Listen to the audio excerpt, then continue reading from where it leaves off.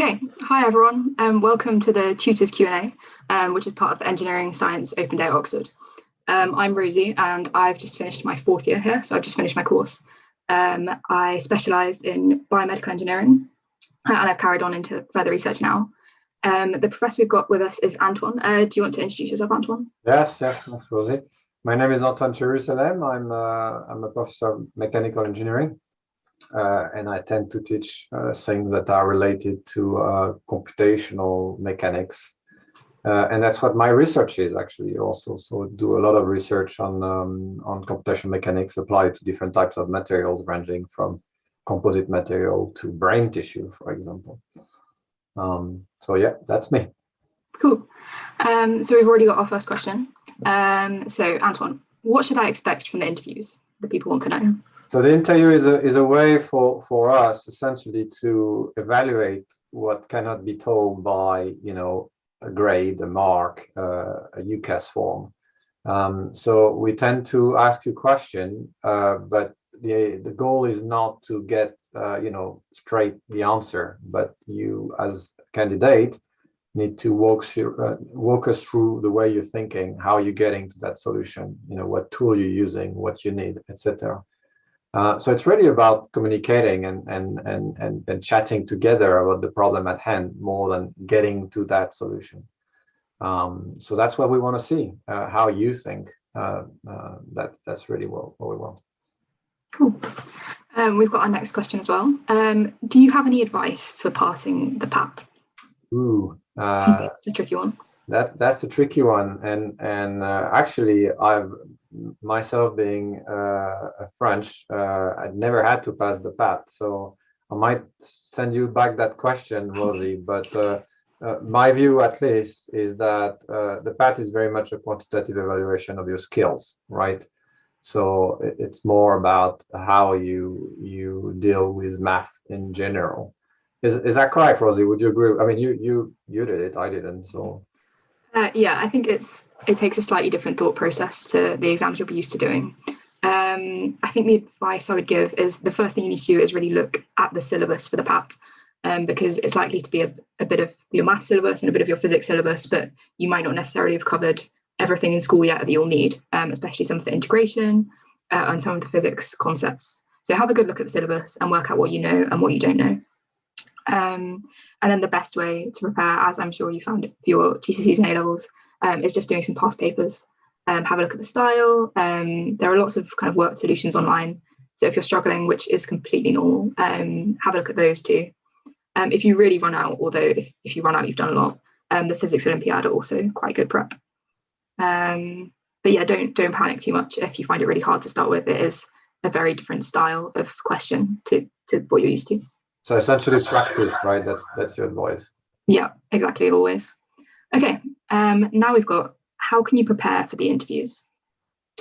Oh, well, I might send you that one back also later, Rosie, but the way I see it is that I think you need to relax first, because if you're stressed out and you freeze during the interview, you essentially have one or two interviews aligned. So if you freak out for one of them, that's already 50%, and if that's the only interview, that's 100% of the time that you freak out. So you need to be relaxed. You need to come as somebody willing to discuss a scientific problem, something that might be interesting to you, and essentially, remember some of the important concepts of math and physics. Knowing that if you're stuck, you're more than welcome to tell your interviewers that you're stuck, or that you'd like to, be reminded of that equation, of this equation. Again, keep in mind that we're really trying to evaluate the way you think more than how much stuff you can remember on the spot. Was it your experience too, Rosie, when you did yours? Yeah, definitely. So I think one of my interview questions involved, I had to remember a certain equation that I knew from A-level physics, and I really couldn't remember it, and they just gave it to me and it was fine. So if you're not sure, just say that you're not sure, and remember that they're probably going to look for you to get stuck at some point anyway. So if you find out that you're stuck, that's part of the process, and don't panic about it. In terms of preparing, I think I use a website called I Want to Study Engineering or something like that. which is full of interview style questions, which is really, really useful. And probably just, it's likely that you might get asked a question to settle you down, like, why engineering, or is there something you enjoyed studying? And so if you just think about what you might say to a question like that before the interview, because the question is to settle you down and there's no point getting thrown by it. Okay, our next question is, so is the interview a way that the tutors can see how suitable you are for the tutorial teaching system? Antoine? I think that's a consequence to some extent, but I'm not sure that's the way we do it.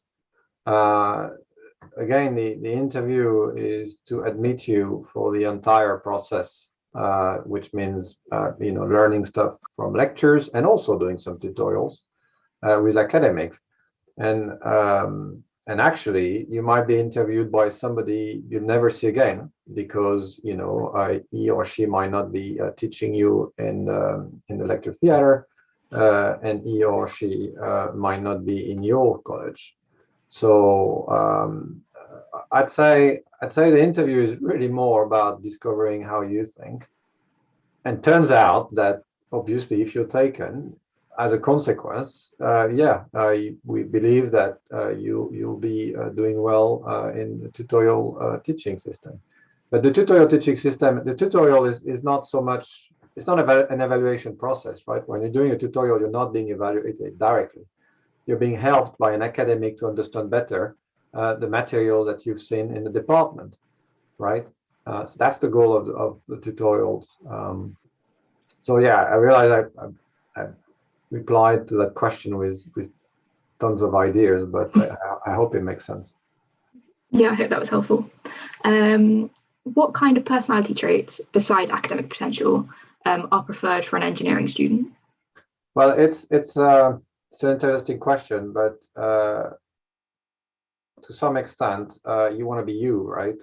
So don't lie to yourself and don't lie to the interviewer by trying to fake being somebody you're not, because that might end up, getting you in either you think you're doing well and you're saying what we want to hear, and that's the case, and you might not be happy afterwards. Or that's the contrary. You think you're lying and but you're saying the stuff I want to hear, but that's not at all what I want to hear, and then you're shooting yourself in the foot. So one, be yourself. But let's say there's some general trait that we welcome. Obviously, we want somebody with initiative. We want somebody that has curiosity. We want somebody that want to do engineering. If you're a fan of French literature and that's what you want to do, don't apply to engineering, right? And don't say you like engineering in the interview if you get an interview. So be yourself and show your interest, initiative, curiosity, energy in the interview. I'd say that's what I'd be looking for. I don't know if Rosie, that you felt you were evaluated this way in your own interview. Yeah, I definitely think so. Especially, I'm sure the point about being honest is very helpful, because there's no point saying you've read a book you haven't read. You're only going to cause yourself a problem. But yeah, I think exactly. Plus, if you happen, the one big mistake I've seen is a candidate saying that they like something they don't really know about, or they've read something that they've not read. Because if it happens that one of the interviewers know a lot about that stuff, then that might end up being ugly, right? Yeah, I think I said that I was interested in superconductors, and then it turned out both of the people interviewing me were like post-PhD experts in superconductors, so really don't lie. Okay, so we've got, why should you choose general engineering over a specific stream? So quite an Oxford specific question. So again, I'm happy to have a go, but it'd be good to have your perspective on this, Rosie. My own, so I didn't go through the Oxford system as a student, but at 18, 19 years old, I can't say I knew for sure exactly what I wanted to do as an engineer. And I think the idea of doing general engineering is a nice way of getting a taste of many aspects of engineering. I knew I wanted to solve problems. I had some preference, but nothing strong. And I knew there were a whole lot of fields that I just didn't know at all. So general engineering for me is a way of getting to understand different topics in general, knowing that in third and fourth year here, you'll be invited to specialize. So you'll be invited to pick options that are more aligned with stuff you want to do. And sometimes those options will make you realize that you definitely don't want to do that stuff ever again in your life. So there's a bit of a trial and error process. If you know 100% that you want to do something very particular, then maybe general engineering is not for you. But if you have some vague ideas or some, good preference, but you're still willing to explore other aspects of engineering, then general engineering might work out well. Rosie, what do you think on this? Yeah, no, I definitely agree with that. It seems like really good advice. Just to, I guess, give an example, I thought I wanted to do mechanical engineering and applied for mechanical engineering at all of my other unis. I really liked cars and was obsessed with that supersonic car, Bloodhound SSC. But then as I chose my options through the years, I tried some biomedical options and some like bioengineering and found out that I actually liked that a lot more. So now I'm doing my PhD in biomedical engineering, despite thinking I wanted to do cars. So there's no overlap at all. And I never would have known that if I hadn't come to Oxford and done general engineering. So if you think that there's any chance that you might like lots of different areas, it's really worth applying because it's a great course. I hope that helped. We've then got, is there much opportunity to do any industry placements whilst on the course? The first thing is that it depends very much on you, right? Because if you don't want to do any, nobody's going to tell you that you should or you should not.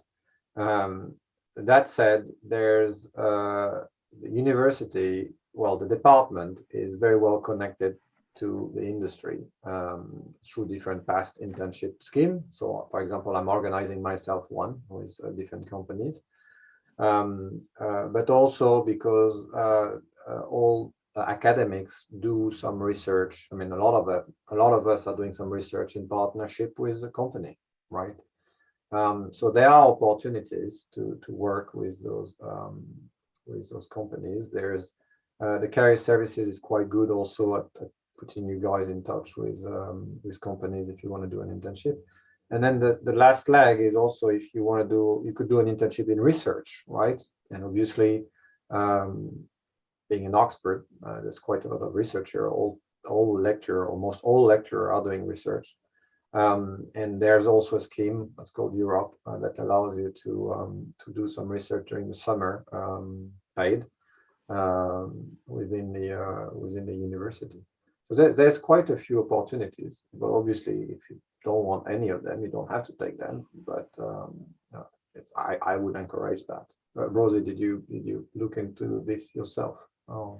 Yeah, so I would say that my year group was slightly disrupted by the pandemic in terms of internships. But it's worth remembering that your summer holidays at Oxford are really, really long, like 12 weeks or something ridiculous. And so there's lots of time to do internships every single summer. If that's what you want to do, you can try out lots of different things. And yeah, the career service are great for helping you find them. Okay, then we've got, for the personal statement, is work experience something that should definitely be done, or are personal projects and courses just as valuable? I'd say personal statement is a bit the same thing that what we were discussing earlier, is that don't lie, right? Don't say something that's not true, because if you get picked up on this, that might just be the end of it. The personal statement is a way for you to build a narrative around everything that's quantitative in your UCAS form. So you're saying, all right, I did that in the GCSE, I did that in the AS level or A level, but who I am is that person that liked reading this or doing that or got involved in this or in that. And you essentially explain who you are, how you came to be that person that applies to Oxford. So if you believe that your work experience helped you building yourself as a person towards that candidate to Oxford, then definitely you should bring it in. If you've been selling ice cream on the beach once when you were 15 for months, and it doesn't bring anything to who you are now, then maybe it's not worth bringing it up. Everything that you think as a person is important to who you are, is something that's worth putting in the personal statement, with the caveat that there's only a few, that many lines that you have to write your personal statement. So you need to be selective a bit. Same thing, I never got to write a personal statement myself. Well, at least not in the context of applying to Oxford. Rosie, how did you do yours? I think I wrote a bit about the summer school that I'd been on, and a little bit about the book I'd read. But I didn't have any work experience. And I think if you don't, that's not something you should worry about. There are lots of different ways that you can show interest in your course other than having spent 2 weeks working for an engineering company. So don't stress if that's not something you've had the chance to do. But yeah, as long as your personal statement is clear and shows that you have an interest in the subject, I'm sure it's fine. Okay, and then we've got, what college would you recommend for engineering science? That's something that comes back all the time. There's different ways for you to choose. You can open Google Map and say, I am lazy. I want to be the closest possible to the department, in which case, well, I'm not going to give you the name of the college. You can figure it out. I'm not sure that's the right way of picking your college. You could pick a college because, mom, dad, brother, sister, friend went to that college and you want to do the same. Well, that's your choice. The way I see it is that each college has its own history. It has its own atmosphere that you don't necessarily know beforehand. I appreciate that. But if you do a bit of research, and you get to understand what colleges do, what they've done, what they're, that might help you select the one you want. Now, you don't have to. You don't have to pick a college, and there's no right or wrong when you pick a college. I think if you don't want to pick a college, you can. I think it's still the case, and please somebody correct me if I'm wrong, but you can just say, I'm not going to choose. I don't know. Choose one for me. And it might be that you pick a college, but you're not taken in that college either. So I don't think it matters as much as a lot of you guys think it does.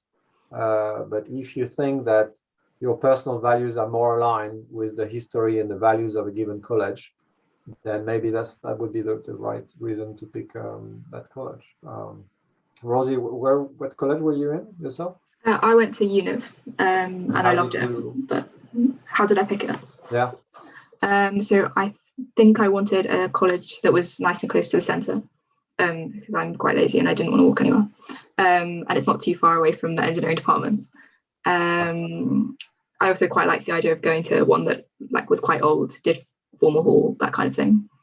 Yeah, I mean, some people want big college, some people want small college, and the community, obviously that's something you get to discover afterwards, right? But they all have different atmospheres, right? Some are more traditional, some are less traditional, and maybe going on the Wikipedia page and then reading about the history of some of these might be something that you want to do. I think that would be a choice as good as any, really. Yeah, I would agree. Yeah.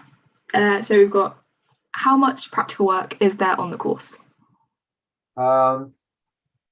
So again, Rosie, I'll ask for your view after that, but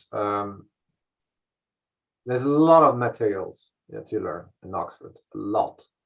And because it's general engineering, that means that there is this kind of additional dimension to the course that you got to learn from a lot of topics at the same time. So you're going to be busy. You're going to be busy, and you're going to be increasingly busy as the years pass by. But that doesn't mean that there's no practical work. There's quite a lot of practical work that developed over the years, and I'll let Rosie answer that because I don't know exactly the number of hours. Plus, there's going to be opportunities for you to do more through, fourth-year projects, for example, where you can choose to do a small research project. That could be very hands-on, that could be very theoretical, depending on how you want. So there's going to be practical work. In terms of number of hours, etc., I'll let Rosie answer on that one. Yeah. So it kind of increases as you go through your degree. So in first year, you normally do 1 day in labs per week. And that might be a computing project. When I was first released, there was a design build test for a bridge. I think they do a music box now too, and some general like lab practice. But yeah, that's normally 1 day a week. And then it's slightly less in second year, just because you have so much other course content to learn. But then in third year, the project work really starts ramping up a bit. So you do a group design project. So I did mine on a novel beam particle monitor for CERN. And that's like 1 day a week, kind of the amount of work you should put in. And you also have a computing project. And then in fourth year, it's approximately 50-50. You pick your fourth year project from hundreds and hundreds of options. So hopefully you'll like it. And then, yeah, you split your time 50-50 between your project work and your coursework. I hope that was useful. Someone is asking, what happens in an engineering tutorial? Well, the way it works is that you have every 4 lectures you do, you have 1 hour tutorial. Okay. In that tutorial, beforehand, you're being given a question sheet with a bunch of questions related to those 4 hours of lectures you got. You're supposed to go over those questions, write the solutions, I think what you think is a solution, hand it over to the tutor, who's going to go over, and then it's 1 hour that you have is about discussing what you got right, what you got wrong, how you did it, how you did not do it, and help you understand better the way you get to a solution. So you have questions, but the goal is not just to get the solution, hand it over and say, that's right, that's right, that's right, done deal. It's about understanding how you got to those answers and see if you understood the methods right. So it is really much about helping you or making sure that you understand the material properly, and that you can use the tools that you've learned towards a solution or to a problem that you could typically have at the exam. Is that fair, Rosie? Yeah, definitely. Yeah, it's not just like they show you the solution, there's lots of discussion around the problems. And I would say sometimes if you've really struggled, they might take a step back and look at something much more simple, or if you find it quite easy, they'll extend it and you'll do something that's even or like an exam question that you've never seen before. So there's a bit of a broad range, but they all involve a lot of discussion about the question that you've tried to do that week. Okay, and then we've got, what would you consider a good / successful interview? I guess the one where you get an offer. Yes. But so I kind of answered that indirectly earlier. I think I'm not necessarily looking personally, and I think all my colleagues would say the same thing, but for somebody that get it right, yes, it's great if you get it right. But if I have a nice discussion and you raise points about the question that I didn't think about, and there's a discussion that comes up, and then we talk about the problem. It's more the communication of science, and essentially the way we as obviously the candidate needs to go to try to answer the question, but the idea is that it is done through a discussion about the problem. And if I see that there's this initiative, this curiosity, this ability at handling math and physics in the process, I will be happy. I will be happy. But if I ask a question and you tell me pi/2, and that's the answer, but that's all you tell me, then that's not what I would call a successful interview. So I don't know, Rosie, who you interviewed with, but how did that go for you?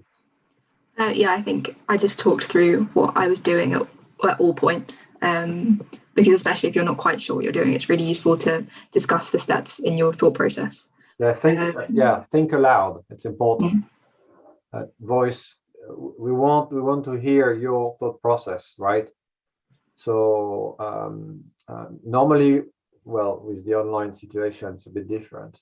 But typically, we will ask you to explain your intermediary step as you progress through your calculation. Yeah, we want to know how you think. Yeah, maybe we'd also just say quickly though, don't be scared to take 10 seconds and sit in silence and look at the question. They're not going to judge you for not knowing immediately where to start, and reading it really carefully is always a good place to start. Yeah. Okay, another question about kind of a student, like assessing applicants. Would you adapt or adjust your student application evaluation or interview questions based on the student's educational background? For example, having studied in non-A-level or IB environments, such as the French one? Well, first, the French one is not IB, it's baccalaureate, it's not international baccalaureate. But it is a tricky question. What we're looking for are again, initiative. When you reach the interview stage, we want to see how you think. And there's generally it's something that's relatively not border related. The way you think, the way you come to a problem, it tends to be not related to the fact that you're French, Chinese, American, whatever. It is how you think that's important. Obviously, some people in their in their high school level might have focused more on some aspects of physics than people coming from another country. That is why it is relatively important for you to kind of not hesitate to ask questions or say, you know what, I've not seen this, but I remember seeing that equation somewhere. Can you help me with that?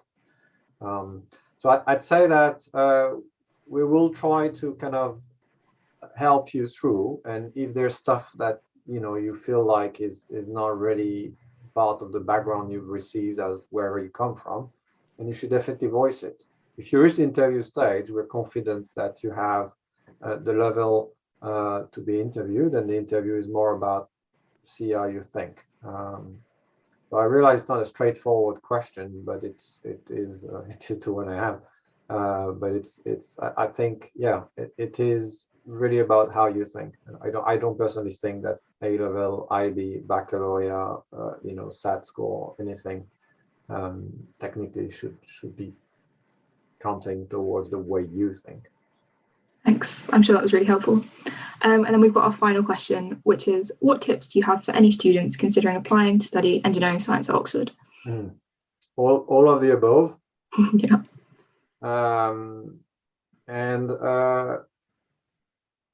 don't be afraid, right? Go for it. And if you think that's for you, go for it. Be confident. Don't stress out. Stressing out is the one thing that can make it difficult for you, right? So don't stress out. And do it because you want to do general engineering, not because it's Oxford, right? We're looking for people that are really excited about the prospect of doing general engineering in general. So yeah, I mean, I'd say be you. That's a bit of a lame answer, but I think that's the best one I can advise. Just be you. Nice. I would just also add that you've got nothing to lose. All of the work you do preparing for your Oxford interview, whether or not you get a place, will be really useful for your A-levels, your IB or whatever. So just remember that it's win-win. Okay, thank you very much for watching. We're on Slido, the online Q&A platform, until 4 p.m. So if you didn't get your question answered, or if you realise you've got another one, come and say hi and we can answer it then.